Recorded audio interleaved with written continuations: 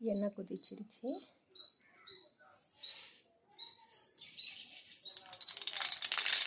கடுகு, உளுத்தம்பருப்பு, கடலைப்பருப்பு சேர்த்தியாச்சு. லேசாக வதங்குறப்போ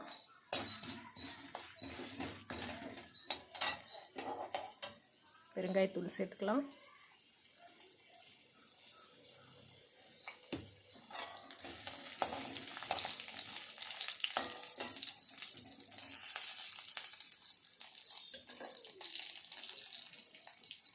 வந்து பூண்டு, பச்சை மிளகாய், கருவேப்பிலை சேர்க்க போகிறோம். பச்சை மிளகாய் இடித்து வச்சது, பூண்டு நல்லா நைஸாக நறுக்கி வச்சுட்டேன்.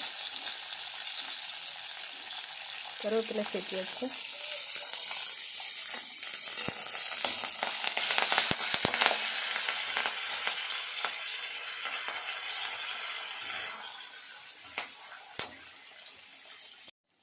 இதில் இப்போ நம்ம தக்காளியோடு சேர்த்து குழம்பு மிளகாத்தூள், மஞ்சத்தூளும் உப்பும் சேர்த்து அரைச்சிட்டேன் நான்.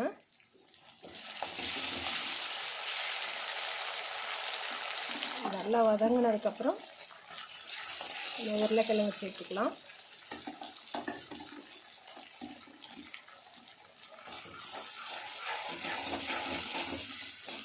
அந்த பச்சை வாசம் போகிற வரைக்கும் நம்ம வெயிட் பண்ணலாம். இது நல்லா கொதிக்க ஆரம்பிச்சிருச்சு. இந்த எண்ணெய் பிரிஞ்சு வரப்போ நம்ம அந்த மிக்சியில் மீதி இருக்கிற அந்த கலவையும் ப்ளஸ் கொஞ்சம் தண்ணி சேர்த்து இதில் சேர்த்துடலாம். இப்போ நல்லா எண்ணெய் வெளியில் வர ஆரம்பிச்சிருச்சு.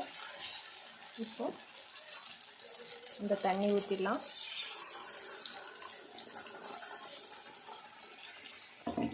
இது ஒரு கொதி வந்த உடனே நம்ம உருளைக்கிழங்கு சேர்த்துடலாம். அதாவது வேக வச்சு தோல் உரித்து வச்சுருக்கேன் கட் பண்ணி. இது நல்லா 2 நிமிஷம் கொதி வந்த உடனே நம்ம உருளைக்கிழங்கு சேர்த்துடலாம். இந்த டைமில் நம்ம உருளைக்கிழங்கு சேர்த்துக்கலாம்.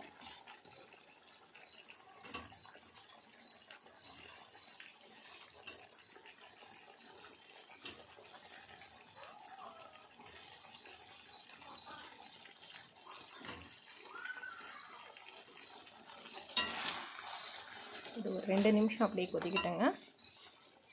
இப்போ இந்த கிரேவியோடைய இந்த எசன்ஸ் ஃபுல்லாக வந்து இந்த உருளைக்கிழங்குக்குள்ளே அப்சார்ப் ஆகிடும் அப்படியே. இந்த டைமில் நம்ம வந்து கொத்தமல்லி தூவிட்டு ஆஃப் பண்ணிட வேண்டியதுதான்.